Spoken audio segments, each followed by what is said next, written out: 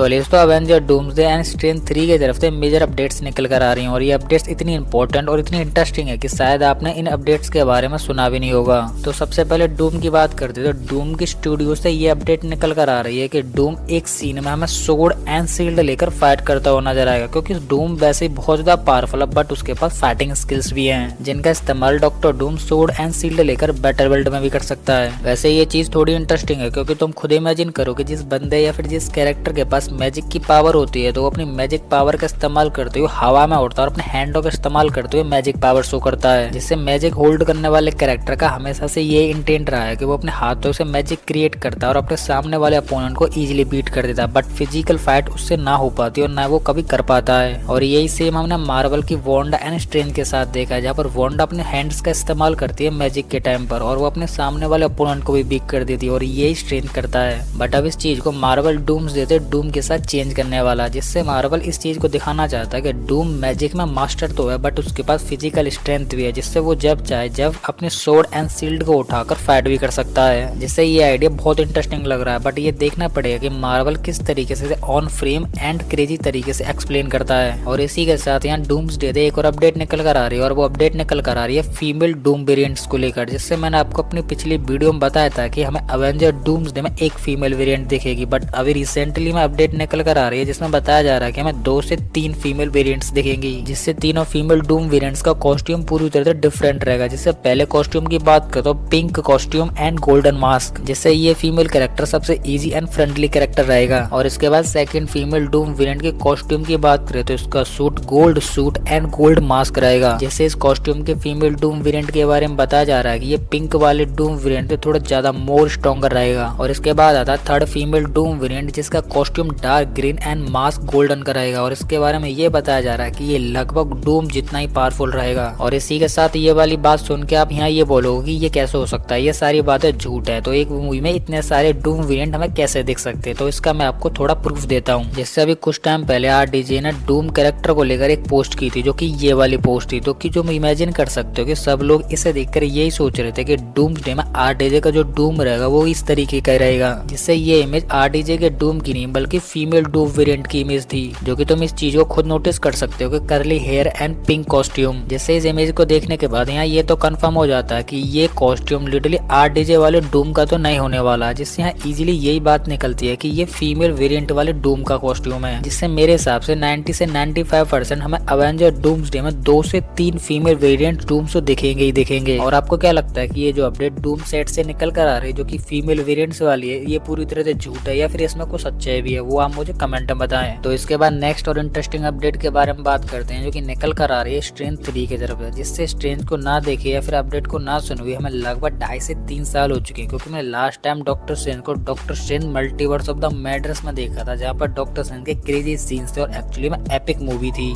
जिससे multiverse of the madness movie के अंदर डॉक्टर स्ट्रेंज के पावरफुल कैरेक्टर को तो नहीं दिखाया बट बिहाइंड द सीन्स को कुछ इस तरीके से कैरी करा के एक्चुअली में फैंस ने उन्हीं को बहुत पसंद कर लिया, जिसमें सेरेव स्ट्रेंज था, इविल स्ट्रेंज था एंड अर्थ 828 का इल्यूमिनाटी वाला भी स्ट्रेंज था। और सबसे इम्पोर्टेंट बात की वांडा का डार्क होल्ड बुक रीड करने के बाद और स्ट्रेंज का यूनिवर्स टू यूनिवर्स भागने का जो कॉन्सेप्ट था लिटरली वो सबसे ज्यादा पसंद आया था। और इसी के साथ इस मूवी के एंड में किलिया की एंट्री वाला सीन और जोड़ दिया जो कि शायद किसी ने भी इमेजिन नहीं किया हुआ, जिससे किलिया आती है और छोटा सा चाकू निकाल कर स्ट्रेंज को अपने साथ ले जाती है। जिससे ये सारे scenes multiverse of the madness में डॉक्टर स्ट्रेंज को पावरफुल कैरेक्टर में तो नहीं दिखा रहे थे but in behind the scenes को फैंस ने बहुत पसंद करा। जिससे फाइनली मार्वल की तरफ से ग्रीन झंडी निकल कर आ रही है और मार्वल ने इस अपडेट को पब्लिश करा कि मार्वल के डेवलपमेंट में स्ट्रेंज 3 है और इस चीज को स्ट्रेंज 3 की कैरेक्टर खुद बेनेडिक्ट कम्बरबैच ही देख रहे हैं। और इसी के साथ यहाँ पर ये भी अपडेट निकल कर आ रही है कि बेनेडिक्ट कम्बरबैच अपनी मूवी के लिए एक बेस्ट डायरेक्टर ढूंढ रहे हैं और इन्हें के हाथ में स्क्रिप्ट भी है, जिससे इन्होंने खुद बोला है कि मैं स्क्रिप्ट में मेजर चेंजेस भी करूंगा और ये सारे चेंजेस बिहाइंड द सीन्स वाले रहेंगे जो कि हमने मल्टीवर्स ऑफ द मैडनेस में देखे थे, जिनको फैंस ने बहुत पसंद करा था। ऐसे ही हमने थर्ड मूवी में भी देखने के लिए मिलेंगे। जिससे यहाँ सीधी बात ये निकल कर आ रही है कि स्ट्रेंज 3 मूवी से पूरी तरह से कनेक्टेड है बेनेडिक्ट कम्बरबैच, जिससे कुछ भी चेंजेस होंगे या फिर कुछ भी नई चीजें हमें देखने के लिए मिलेगी वो हाँ या फिर ना की मर्जी थे बेनेडिक्ट कम्बरबैच की वजह से होगी। और इसी के साथ यहाँ एक अपडेट ये भी निकल कर आ रही है कि बेनेडिक्ट कम्बरबैच स्ट्रेंज के कॉस्ट्यूम कलर या फिर कॉस्ट्यूम को चेंज करने की ही सोच रहे हैं, क्योंकि बेनेडिक्ट कम्बरबैच के माइंड में स्ट्रेंज के सूट या फिर कॉस्ट्यूम को लेकर कुछ ऐसे अमेजिंग आइडियाज है जो कि स्ट्रेंज के ऊपर पूरी तरह से फिट बैठेंगे। तो इसी के साथ शायद हो सकता है कि स्ट्रेंज 3 की मूवी आएगी तो उसमें स्ट्रेंज का जो कॉस्ट्यूम रहेगा वो हम चेंज देख सकते हैं। और इसी के साथ आप स्ट्रेंज के कॉस्ट्यूम के बारे में क्या सोचते हैं, क्या बेनेडिक्ट कम्बरबैच को उसे चेंज कर देना चाहिए या फिर नहीं, वो आप मुझे कमेंट में बताएं। तो इसके बाद अब बात कर लेते हैं कि स्ट्रेंज 3 की फिल्मिंग या फिर शूटिंग कब से स्टार्ट हो जाएगी। तो देखो ये साल तो खत्म होने वाला, तो इस साल तो कुछ भी नहीं होने वाला और नेक्स्ट ईयर मार्वल की तरफ से काफी बड़े और इम्पोर्टेंट प्रोजेक्ट्स आने वाले हैं, जिनमें 2 इम्पोर्टेंट प्रोजेक्ट भी हैं जो कि Spiderman brand new day and Avenger doomsday, जिससे मार्वल नेक्स्ट ईयर इन दोनों बड़े प्रोजेक्ट्स पर ज्यादा ध्यान देगा। और ये भी अपडेट निकल कर आ रही है कि स्पाइडरमैन ब्रांड न्यू के जस्ट रिलीजिंग डेट के बाद लिटरली वहाँ पर सीक्रेट वॉर मूवी की शूटिंग स्टार्ट हो जाएगी और उसके जस्ट नेक्स्ट ईयर बाद हमें 2027 में Secret War as a final movie Avengers की तरफ से देखने के लिए मिलेगी, जिससे यहाँ मे भी एक छोटी सी अपडेट निकल कर आ रही है। और वो अपडेट ये है कि सीक्रेट वॉर मूवी के शूटिंग के जस्ट 10 डेज बाद या फिर 20 डेज बाद स्ट्रेंज 3 की शूटिंग स्टार्ट हो जाएगी। वैसे इस अपडेट के ऊपर कोई कंफर्मेशन या फिर कोई अपडेट तो नहीं आई, बट हाँ ये चीज मैं इसलिए बोल रहा हूँ क्योंकि अभी रिसेंटली की कैमिकॉन में मार्वल ने कुछ बड़े प्रोजेक्ट्स को रिवील किया ही नहीं, मतलब कुछ भी रिवील नहीं किया। तो हो सकता है कि मार्वल नेक्स्ट ईयर बड़े प्रोजेक्ट्स को रिवील कर दे, जिससे मार्वल के लिए सीक्रेट वॉर मूवी के साथ साथ स्ट्रेंज 3 के ऊपर भी काम करना कोई ज्यादा कठिन या फिर कोई इम्पॉसिबल जैसा काम नहीं है। तो हो सकता है कि मार्वल इस चीज को वहाँ पर स्टार्ट कर दे,